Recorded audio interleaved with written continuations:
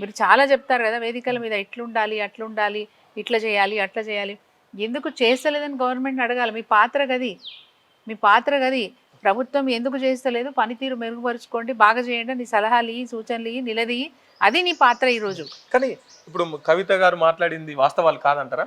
ఎక్కడ వాస్తవం చెప్పండి? ఇప్పుడు సచివాలయంలో అవినీతి, అంబేద్కర్ ఎక్కడ కూడా కలెక్టర్ రేవంత్ రెడ్డి ఊరుకుంటాడండి? ఏమీ లేని దాన్ని తీసుకొచ్చి అవినీతి అవినీతి అంటగట్టిండు. ఏది ఈ ఫార్ములా రేస్ను మన కేటీఆర్ గారు కంటగట్టిండు. కాళేశ్వరంది హరీష్ రావు కంటగడతాడు, రేవంత్ రెడ్డి మన కేసీఆర్ గారు కంటగడుతున్నాడు రేవంత్ రెడ్డి. ఇవే వదిలిపెట్టనోడు ఈమె చెప్పిన కొత్త కొత్త చెప్తా ఉంది కదా.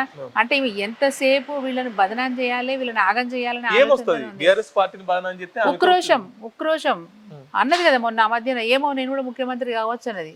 పిచ్చి ఆశలు కాకపోతే నీకు మంత్రి పదవి ఇవ్వలేకపోతే సార్ని అడుగుపోయి, నాన్న నాకు కూడా మంత్రి పదవి చేయాలని అడుగు. ఆడ అవకాశాలను బట్టి వీళ్ళని బట్టి నీకు కూడా అవకాశం కల్పిస్తారు. అంత మాత్రాన 100% మంత్రి పదవి ఇవ్వనందుకని నేను అనుకుంటున్నా. దానికి తోడు తను లిక్కర్ కేసులో ఇరికిపోయింది. ఆ లిక్కర్ కేసులోంచి బయటపడాలంటే అటు బీజేపీకి అంటగాగుతూ తన కేసును తీపిచేసుకోవాలనే ప్రయత్నం మొదట్లో చేసిందని మేము అనుకున్నాం.